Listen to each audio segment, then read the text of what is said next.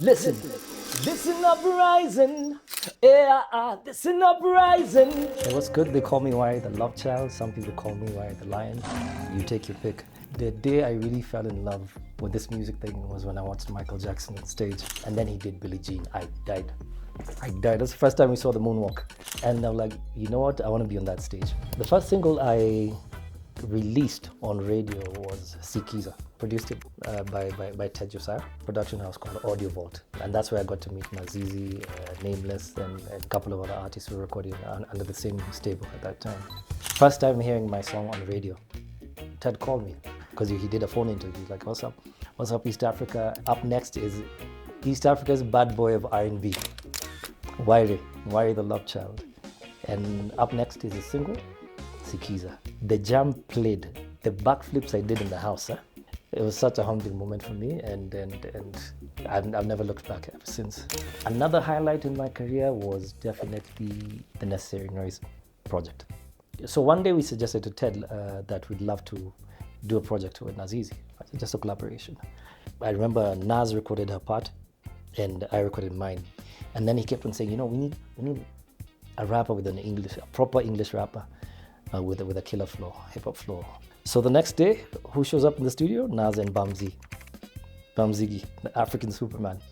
And that's how we got to record Clang Clang, our very first single. Safaricom was launching the same year. We ended up being the guys who were performing on the tour. First show was at Nakumati, UK. We were going on to the next venue, which was in Eastlands. David, our manager, comes into the van. He's like, guys, listen, I'm not going to introduce you as Wyre, Nazizi, and Bamzi. It's too much. Look for a name, okay? Bye. Then he closed the van. We went on and on. Then Naz was like, Necessary Noise. We turned and we're like, that's it. By the time we got to the next venue, we were so proud of telling him. I said, so what's your name? I'm like, Necessary Noise. He was like, yeah, I like that. And that's how Necessary Noise was formed. But shortly after both Nazizi and Bamzi, I had to leave the country for further studies. I got to do my internship at Audio Vault for production, which for me was such a blessing because I really grew as an artist when it comes to production. They came back after 2 years, and we decided to do a second comeback project called the Kenyan Boy, Kenyan Girl album.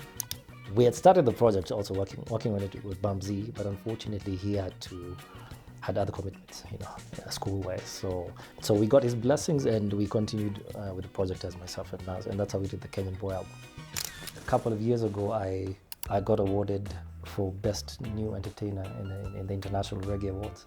That's one of the highlights of my career I forgot to mention. Because I remember being on the red carpet and I'm seeing Third World, the band pass. I'm seeing Etana, I'm seeing Beanim, I'm seeing all these guys that I grew up listening to, and I'm sharing the red carpet with them. That year I was nominated alongside Chronix, and Chronix was hot, man, at that point. Tommy Lee Sparta and D Major. And that's the year that I won my category, you know what I mean? So for me, it was very humbling. Getting yourself into that mindset that you're not the usual can really propel you to great heights. I think it's a very humbling feeling anytime you get on stage and the crowd is singing your songs back to back. Through the years, during the awards and stuff, people, voting for you in your various categories for you to win because they connect with your art. I think another thing that keeps me grounded is family. It reminds you that you're human. On stage, you find you're a superstar doing your thing. When you get home, you're a dad, you're a husband, you're just a simple guy. When I hear Awaken the King, it reminds me of how spiritual music is. There's a zone we tap into as artists that not many people can. Lion is a state of mind I'm currently in. You tap into your artistry and that's what comes out. When it comes to reinventing yourself musically and career-wise, when I get into Lion mode, that helps me be more a trendsetter. I don't want to jump on what's hot. I don't be remembered that he just sounded like the rest, But I want to be known as the guy who pioneered this sound. It's just the quest to be above average.